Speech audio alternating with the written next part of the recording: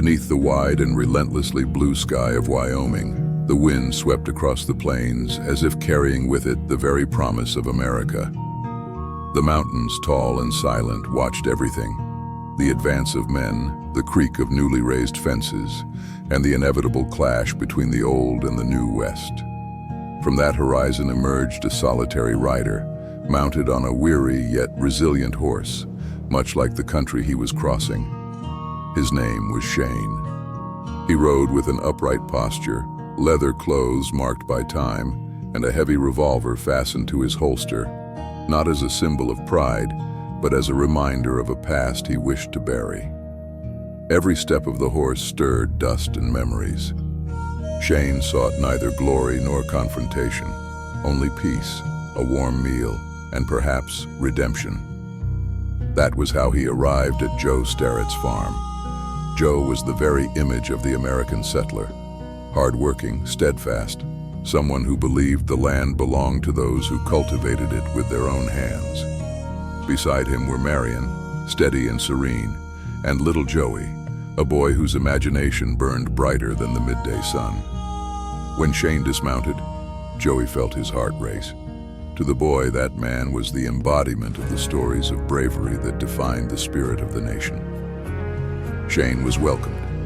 He agreed to work as a farmhand, wielding hoes instead of guns, guiding horses through the fenced fields, helping to raise fences that symbolized more than physical boundaries. They represented civilization advancing over chaos. At night, around the simple table, there was a respectful silence. Marion watched Shane with restrained admiration. She saw in him not only strength, but a deep, almost patriotic sadness, as if he had carried on his shoulders the weight of undeclared wars so that others might live in peace. But the valley was not at peace. Rufus Riker, a cattle baron, believed those lands belonged to him by right of conquest, as in the old days when the strongest made the rules. To him, fences were insults, farmers were intruders, and the law was merely an inconvenience. His men rode armed, spreading fear, trampling crops, trying to crush the budding American dream in that valley. Shane's presence changed everything. The settlers began to walk taller. Joe found in him a silent ally. Joey found a hero. The boy followed Shane through the fields, watching how he handled the horses with firmness, respect, and understanding.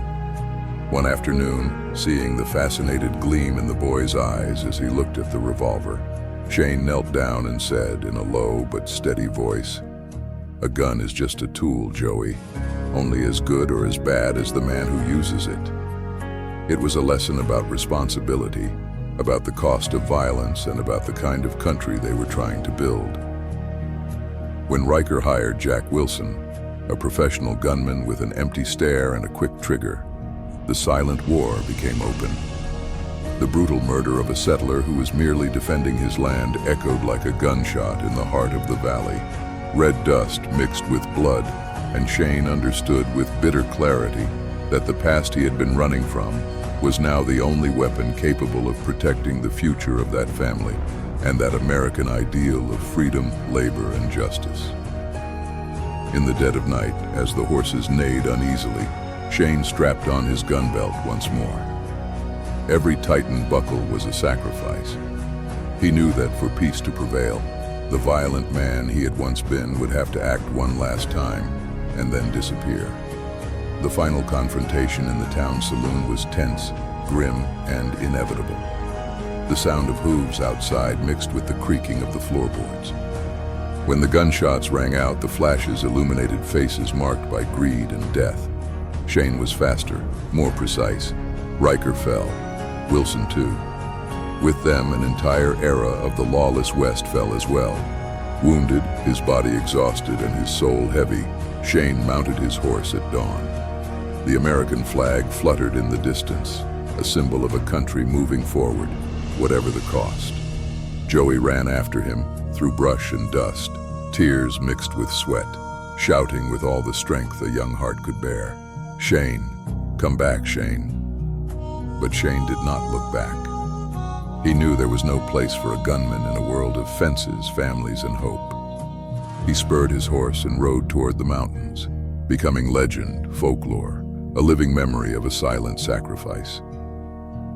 He left behind a valley at peace, a people free to prosper, and a boy who would never forget that even the roughest men are capable of loving, protecting, and sacrificing themselves for a greater good, in the name of something greater than themselves, the American dream.